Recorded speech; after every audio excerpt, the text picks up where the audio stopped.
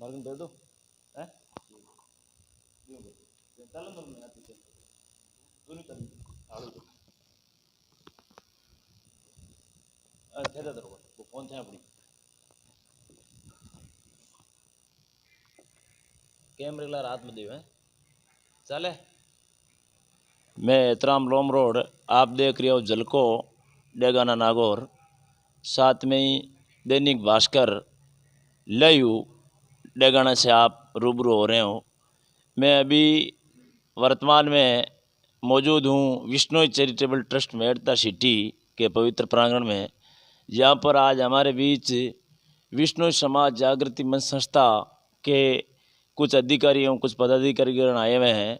उनसे जानेंगे कि उनका क्या आगे का कार्यक्रम रहेगा, कितने दिन यहाँ रहेंगे, उनका क्या कार्य रहेगा और ये संस्था कब बनी, आगे क्या आज से पहले इन्होंने क्या किया, आगे क्या करने जा रहे हैं, इनको लेकर इस संस्था के अध्यक्ष है हमारे साथ मौजूद आदरणीय सुरेश कुमार जी विश्नोई से। इस संस्था के फाउंडर अध्यक्ष आप ही हैं, कहाँ के रहने वाले? बाड़ा बिलाड़ा तहसील जोधपुर जिले से बिलोंग करते हैं। तो उनसे जानेंगे कि आप इस सर्वप्रथम तो आपका मैं यहाँ का स्थानीय निवासी होने के कारण मेड़ता की पवन मीरा की नगरी में आपका हार्दिक स्वागत है, हार्दिक अभिनंदन प्रकट करता हूँ। बताइए आज आपका यहाँ आना और आगे का क्या कार्यक्रम? सबसे पहले तो आपको और आपके सभी दर्शकों को धन्यवाद कि आपने ये अवसर दिया और आप एक मीडिया के माध्यम से इस संस्था को आगे बढ़ाने के लिए और इस संस्था का गठन जो आपने कहा है कि क्या उद्देश्य है, और पहले तो मैं आपको ये बताना चाहता हूँ, आपको दर्शकों को ये बताना चाहता हूँ, इसका गठन एक समय की पुकार के साथ में हुआ। इसका गठन कोई पहले सोचा नहीं था, मगर जैसे जैसे परिस्थितियाँ बदलती गई, चुनौतियाँ मिलती गई और इसका गठन होता गया। क्योंकि इसका जो नाम दिया गया है वो है विश्नोई समाज जागृति मंच।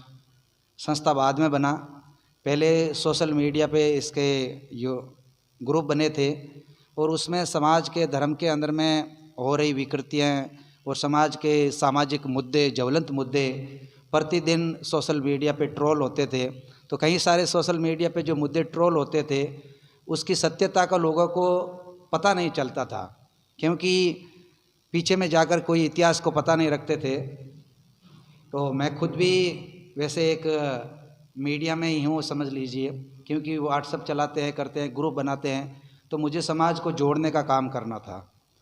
तो 2017 के अंदर में एक घटना हुई थी, आप ही को पता है, मेरठ के अंदर में जो नाम से विश्नोई है मगर काम से विश्नोई नहीं है, वो ऐसी एक घटना हुई, हृदय विदारक घटना, जिसका गुरु महाराज जम्बेश्वर भगवान ने हमको जो नियम दिया था कि मतलब जीव दया पालनी रूख लीनो गावे, अमर मरे जीवित मरे वे, तो अमर जीवित तो उसको लेकर हमारे में दया के भाव थोड़े कम लगे।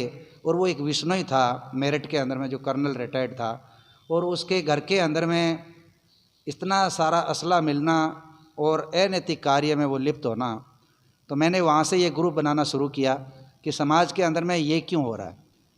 कुछ न कुछ पीड़ा जगी थी, तो फिर मैंने वन्य जीवों के लिए कार्य करना शुरू किया, पर्यावरण प्रेमी होने के नाते, क्योंकि हमारा मूल जो है गुरु महाराज जम्बेश्वर भगवान ने हमको पर्यावरण की रक्षा करने के बारे में जोर दिया है।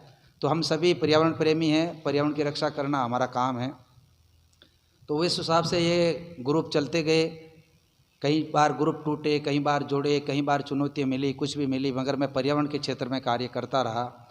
तो उसी दरमियान जो वन्य जीव हिरण जिनकी तारबंदी के कारण बहुत ज़्यादा मौतें हो रही थी, तो उनको लेकर मैंने मुद्दा उठाए, सरकार के खिलाफ में धरना प्रदर्शन किया। तो अक्सर क्या है कि ऐसे कोई शिकार होता है तो किसी व्यक्ति को होता है तो वो पता लगता है कि उसने शिकार किया है, तो उसके खिलाफ तो कार्रवाई हम सभी मिलकर करवा सकते हैं। मगर हमारी मानवीय भूल समझ लीजिए या हमारे कारण से अगर किसी कारण से किसी भी जीव की मौत होती है तो उसकी जिम्मेदारी भी हमारी ही बनती है। हम ये नहीं सोचते कि भाई चलो ये तो ऐसे हो गया, ऐसे हो गया। तो तारबंदी में कई सारे हिरण की मौत होने लगी और उनकी तादाद घट रही थी।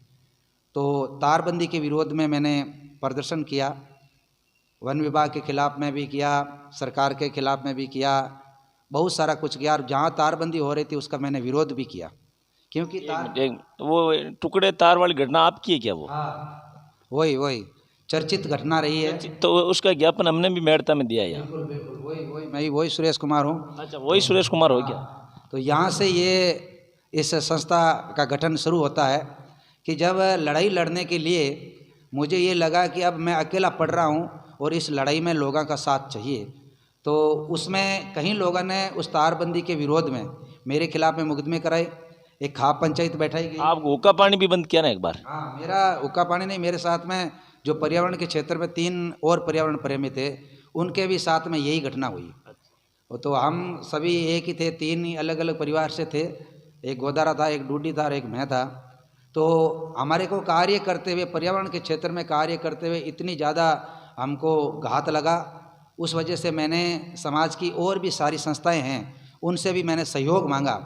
मगर उस वक्त सब लोग वो बात क्यों कि तारबंदी हमारी है तो अब विरोध हमको ही करना है, तो थोड़े से लोगों ने उसमें आगे आने में थोड़ी सी कमी महसूस लगी मुझे, तो मुझे ये संस्था का निर्माण अलग से करना पड़ा।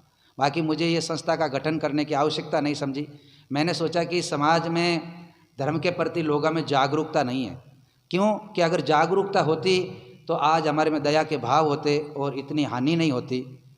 जरूर हाँ, तारबंदी करिए खेतों की, मगर अनावश्यक रूप से तारबंदी करना और ज़मीन का अधिकरण करना ये कहीं न कहीं हमारे मूल सिद्धांत के खिलाफ है। वो घटना क्या अतिक्रमण की थी क्या उस समय वहाँ की? कोई अतिक्रमण नहीं था, वो तो खेत थे, सबके काश्तकार थे, मगर वो बहुत बड़े क्षेत्र में तारबंदी हो रही थी और सरकार से वो अनुदान प्राप्त कर रहे थे।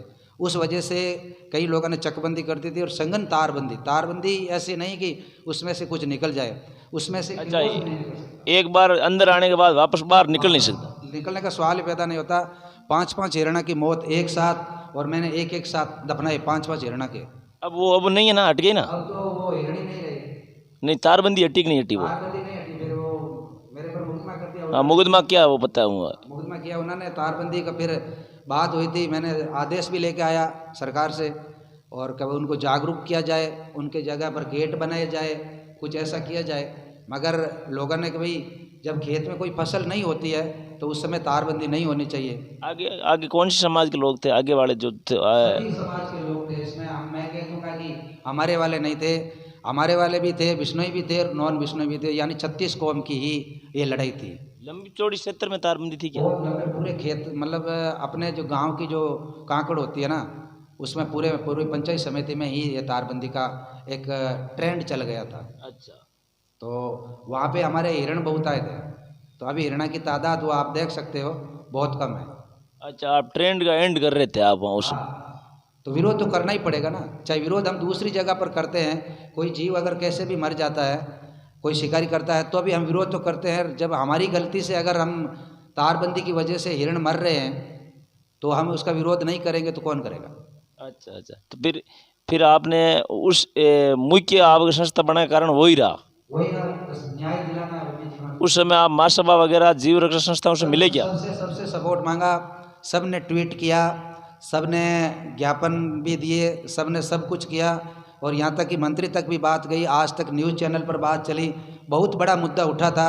उसमें मंत्री ने भी हमारे रिपोर्टरों को बोला कि ये मुद्दा आप उछालिए मत, आगे मत लेकर जाइए।